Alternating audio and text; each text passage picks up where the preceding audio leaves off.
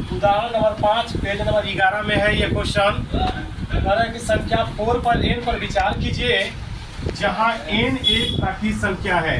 जांच कीजिए कि n का कोई ऐसा मान है जिसके लिए 4 पर पावर n अंक शून्य पर समाप्त होगा।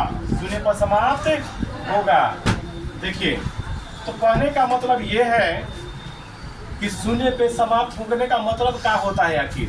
तो देखिए 4 पर पावर n है, तो 4 पर पावर n का मतलब होता है n का मान 1 2 3 4 डॉट डॉट डॉट।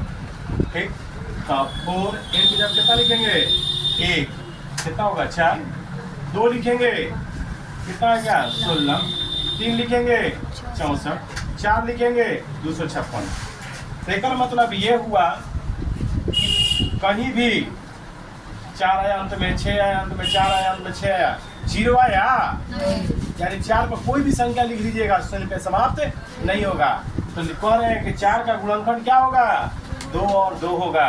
क्या होगा 2 और 2 होगा। चाहे 4 पर n का 4 पर पावर n का यहाँ पे n लिख देते हैं, और 4 पर पावर n का गुणनखंड क्या होगा 2 गुणे 2 गुणे उसी डॉट डॉट बढ़ते जाएगा। ठीक है, शून्य पर समाप्त होने के लिए कोई भी संख्या शून्य पर समाप्त होने के लिए क्या आना चाहिए 2 और 5 आना चाहिए। जो 4 के गुणनखंड 2 गुणे 2 डॉट डॉट डॉट से संभव नहीं है, अतः संभव नहीं है। अतः यूक्लिड के अंक। अच्छा एक बात और, जैसे 20 है तो 20 में कितना रहा है गुणनखंड निकाले तो 0 अंत में 20 में क्या है 0 है, 0 है ना। तो 20 का गुणनखंड निकाले तो 2 2 5 आ गया, 2 5 आ गया। 40 का निकाले तो भी 2 5 आया, 50 का भी निकाले तो 2 5 आया, कहीं जरूर 2 5 है। लेकिन 4 का गुणनखंड निकाले तो कभी 2 5 आएगा नहीं आएगा। अतः हमारा मानना गलत होगा कि 4 पर पावर शून्य पे समाप्त होगा। यानी कोई भी संख्या रखिएगा शून्य पे समाप्त नहीं होगा, शून्य पे समाप्त नहीं होगा।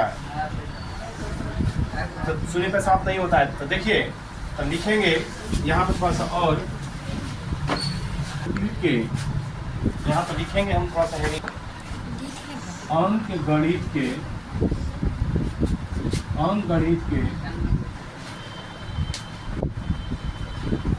आधारभूत प्रमेय की अद्वितीयता हमें यह निश्चित कराती है कि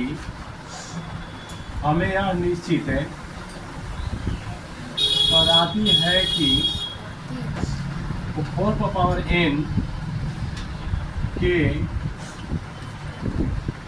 गुणनखंड में 2 के अतिरिक्त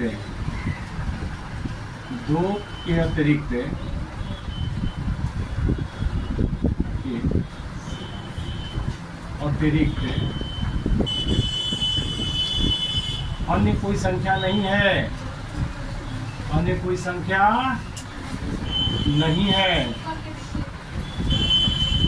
अन्य कोई संख्या नहीं है। अतः 4 पर पावर n शून्य पर